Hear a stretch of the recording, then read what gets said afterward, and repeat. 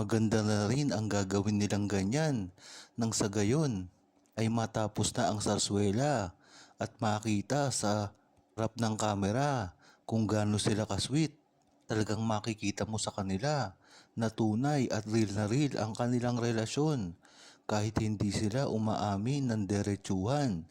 Alam naman ng buong Aldab Nation kung ano talaga ang nakikita sa kanilang dalawa ay nagpapatunay na dito sa kanilang tunay na relasyon at tunay na nararamdaman sa isa't isa. Bagamat dito na rin talaga tutuwa ang buong Aldab Nation simula pa ng umpisa dahil alam naman ng ADN kung ano talaga ang totoo sa kanila at marami na ring nakaka-witness dito at mga resibo na lumalabas. Kaya talagang kampante ang buong ADN kahit ano pang mangyari ay talagang nakasuporta sila kay Maine Mendoza at Alden Richards kahit pa hindi ito umamin ngayon. Ngunit malapit naman itong mangyari dahil napakayaman na ngayon ni Maine Mendoza at Alden Richards at talagang hindi na nila kailangan pa ng maraming pera. Hinahabol lang si RJ ng pamilya Bernardo dahil rich and famous at never na pinagkatiwalaan si DJ si Sakang ng account kasi INC at gastador at sa tagal halos magkasing sabay at na silang pumasok sa showbiz na naging famous sila. Now, use na ni Sakang ang name ni Alden. Dahil ngayon lang din naman silang nagkita simula na maghiwalay si Catherine Bernardo at Daniel Padilla. Isa rin kasing ito na way ni Catherine Bernardo para makalimutan niya kaagad si Daniel Padilla. At kung makikita mo ay apanay ang paglabas ng media patungkol sa pagkikita at mga ginagawa ni Alden Richards para kay Catherine Bernardo. Ang ibig sabihin lang nito ay baka sa mga promotion lang ng mga movie nilang itong gagawin. Ngunit pagdating sa tunay na feelings, alam naman natin na si Alden Richards ay hindi basta-basta magpapatukso sa ibang babae. Ay ang pagkagusto ni Catherine Bernardo kay Alden Richards. Hindi ko rin masisisi na ganyan ang tingin ng ibang mga Aldab Nation sa pangyayaring ito.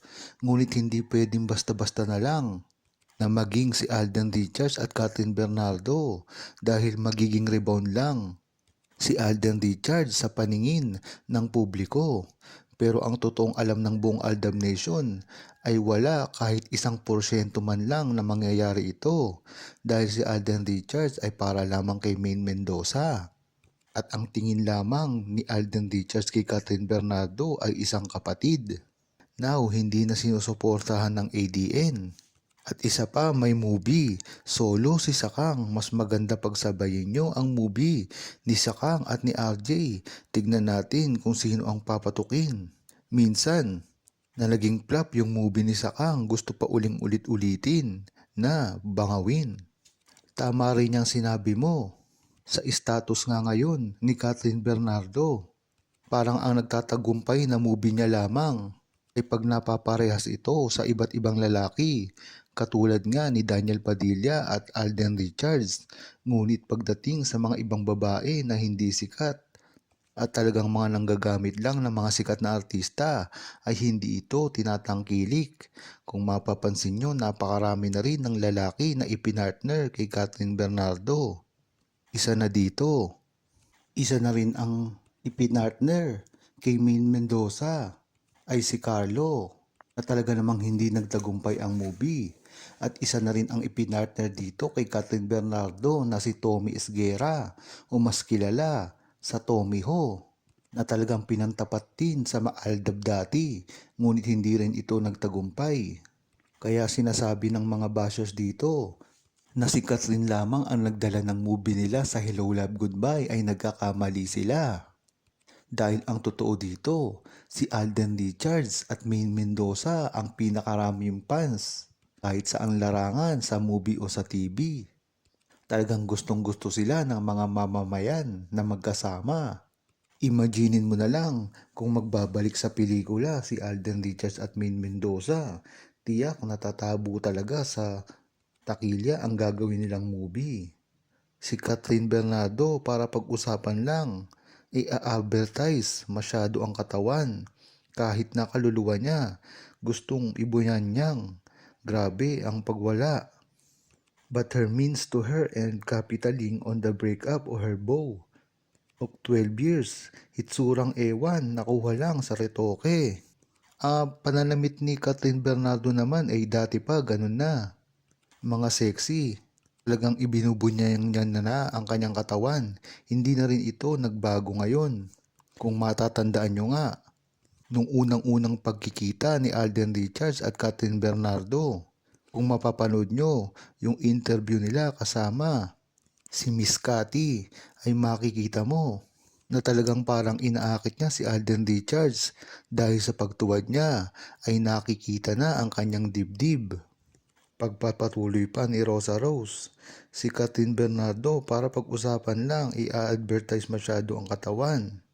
Dapat nga talaga sinasaklawan na ito dahil hindi talaga sanay ang buong Aldab Nation. Dahil kitang-kita naman na si Maine Mendoza ay napakabuting tao at ang image niya kahit hindi pa siya magpa-sexy ay talagang napakalakas ng impact sa lahat ng mga tao dahil lang sa pagpapatawa niya, hindi niya na kailangan maglabas pa ng katawan. Yan ang malaking kaibahan ni Maine Mendoza pagdating kay Catherine Bernardo. Kaya magkaiba talaga ang kanilang mga fans. Kaya hindi sanay na si Catherine Bernardo pa ang gumagawa ng move para lang kay Alden Richards.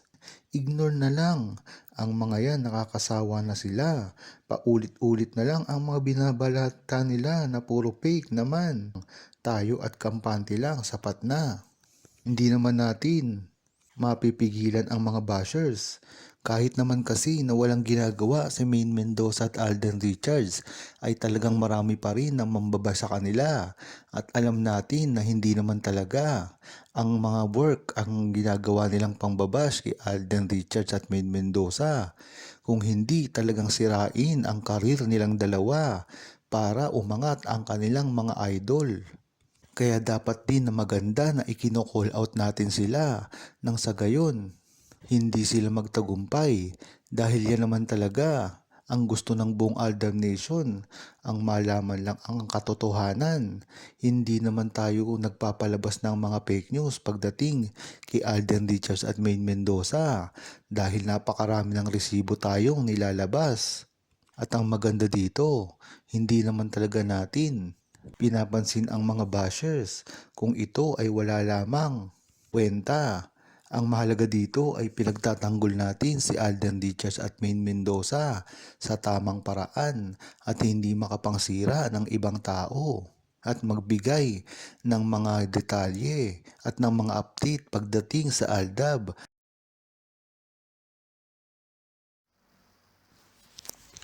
Huwag kalimutang mag-subscribe, comment at i-like ang video na ito. Thanks for watching!